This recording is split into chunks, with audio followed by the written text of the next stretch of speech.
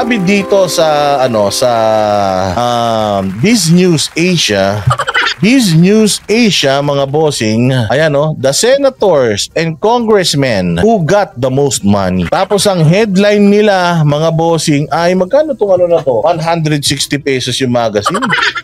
At ang sabi dito, mga bossing, the Philippines' biggest criminal syndicate.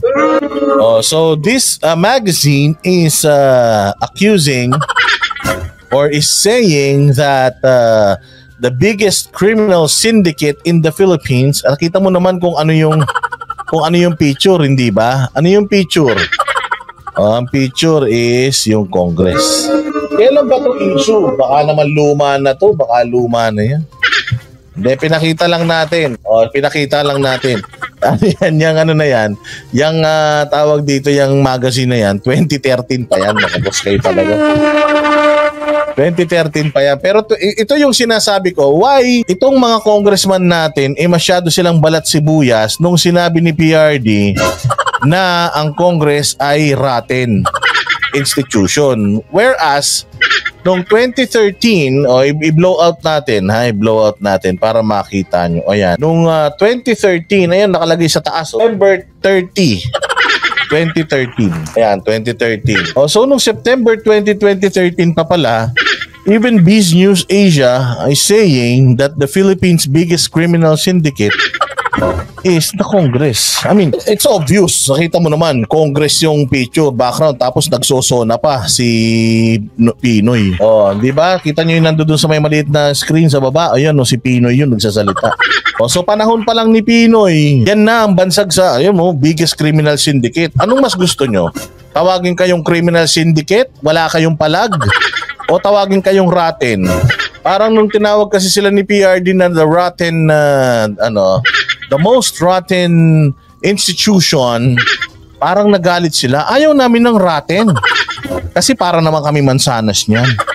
Ano na lang, biggest criminal syndicate na lang. Paano natin masasabi? Ano ba kasi yung mga issue dyan sa Congress? Eto, nakalap natin tong isang picture na to na kumakalat ngayon sa social media. Ayan, tingnan ninyong maigi, ha? Ano ba ang sindikato ngayon dyan sa Congress? According dito, sa nakalap natin, mga bossing, ang mga congressman ay mga kontratista na din. Wala na po talaga sa kanila, mga bossing, yung conflict of interest. Wala na.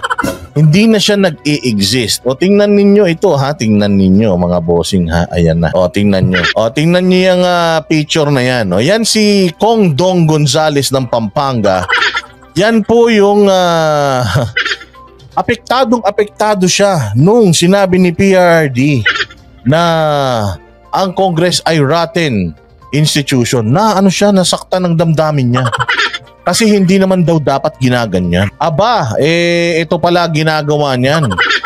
Ito palang si kongresista kontratista ay sinabi dito a violation of RA 3019, Anti-Graft and Corrupt Practices Act. Bakit? Mantakin mo, may project po ang Department of Public Works and Highways. 3 flood control projects sa Pampanga, 3rd District. worth 611.57 million. Punyemas ka, Rizal Tiberos, hanap ka ng hanap sa 125 million ni Inday Sara. Samantalang ito si Dong Gonzales, according dito sa nasa picture na ito, 611.57 million inaward ng DPWH sa, ewan ko kung DPWH o siya, inaward sa AD Gonzales Jr. Construction and Trading Company. So, siya na yung kumuha ng budget para sa project, tapos binigay niya pa sa business ng pamilya nila. So ngayon, yung 611.57 million, napunta yan sa pamilya nila. At ayan, ang long-time government contractor na pagmamay-ari ng pamilyang Gonzales na yumayaman sa kapangyarihan, yun ang sinabi rito. Ayan na, puros Gonzales yung apelyido. President and incumbent councilor, yung Aurelio. Yung puro Aurelio pangalan, ha? Talagang lahat isinunod mo sa pangalan mo, ha? Oo, dalawang anak mo, sinunod mo pa sa pangalan mo, kaya sumunod sa yapak ha. O yung isa naman, anak din niya, vice president ng kumpanya. Tapos yung secretary and treasurer, anak din, board member naman siya. Tapos yung anak din na isa, si Aurelio din, babae, Aurelio. O lahat may Aurelio. So yung babae, sinunod din sa pangalan niya, anak din niya ni Kongdong, director. Tapos yung misis, ay hindi pala, sister, walang misis. Yung sister ang director ng AD Gonzales Jr. Construction and Trading. Grabe, mantakin mo yung construction company, kanyang-kanya kasi AD. Aurelio D. Gonzales Jr. Yang siya eh. So, papaanong nakakalusot ito sa Congress? Papaanong hindi nasisilip ito ng COA at ng Ombudsman? Alam nyo ba na mayroon mga tiga Pampanga ngayon na nagsasalita na kung sino ang magpapa-audit dito kay Dong Gonzales na ito ay mananalo ng landslide sa Pampanga. Yun ang pangako nila. Kasi daw lintik daw talaga to according to them. So yan mga bossing, makikita niyo. So according to this this picture, this has been circulating in Facebook. Kinuha ko lang kasi sabi ko sobrang naman itong mamang to, sobrang ganid naman ito. O ngayon niyo sabihin na nawala kayo, na malinis kayo, Dong. Ngayon mo sabihin na malinis ka, i-deny mo to. Again, hindi ako gumawa nito pero i-deny mo to, sabi mo hindi totoo yan. Nag-divest na ako sa kumpanya na yan. Sabi mo nag-divest ka na din, pero pangalan mo pa rin yung gamit O kaya naman pala, sobrang tinanong lang sila, magbukasan tayo ng libro. Kaya naman pala siya nasaktan. Kaya naman pala siya nag-resign. Pinisto siya ni PRD. Sabi ni Garcia, kaya naman pala di matapos-tapos ang baha. Paano matatapos yung baha?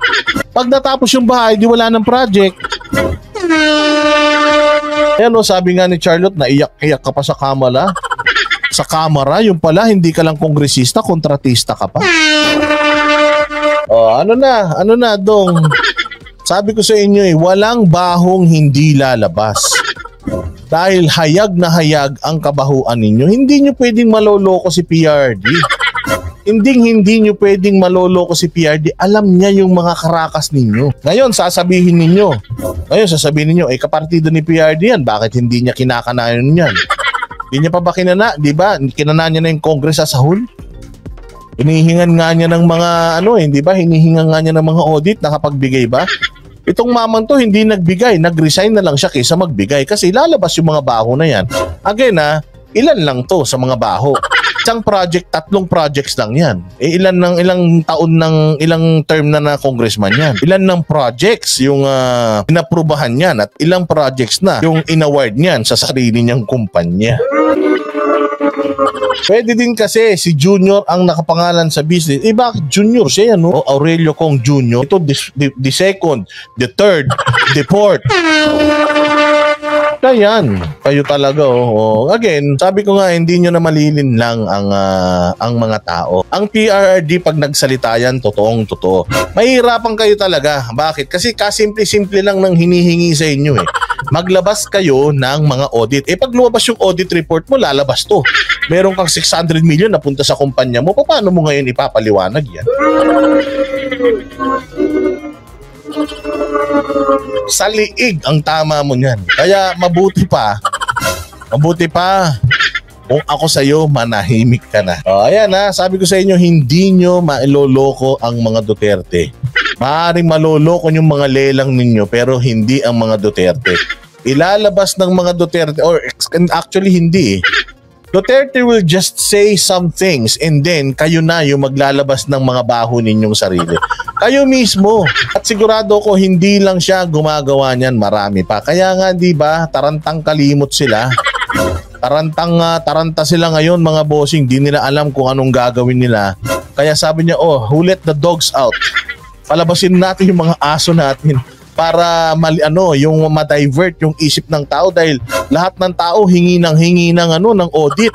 Walang hiya. Alam mo pag pinuntahan mo yung mga ABS-CBN, GMA, Tapos si Romualdez yung ini-interview. Pucha, pag tinignan mo yung comment section, puro ilabas mo yung audit, ilabas mo, puro ganun. So ngayon, ganito kasi yan. Kung hindi talaga kayo makakapaglabas ng inyong mga itemized or thorough na mga audits, wala, hindi nyo kayang pabagsakin ang Duterte. Kaya ngayon, ang ginagawa nila, dadaanin nila yung mga Duterte saan?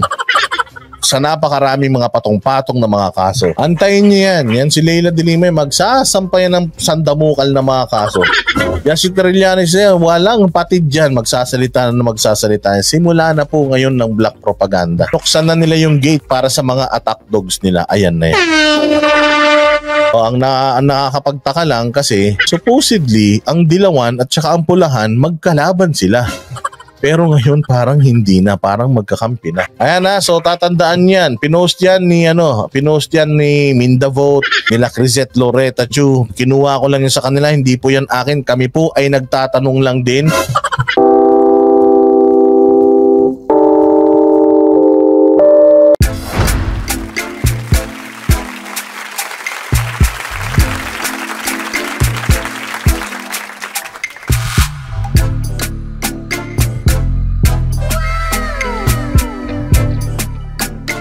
The next performance will start momentarily.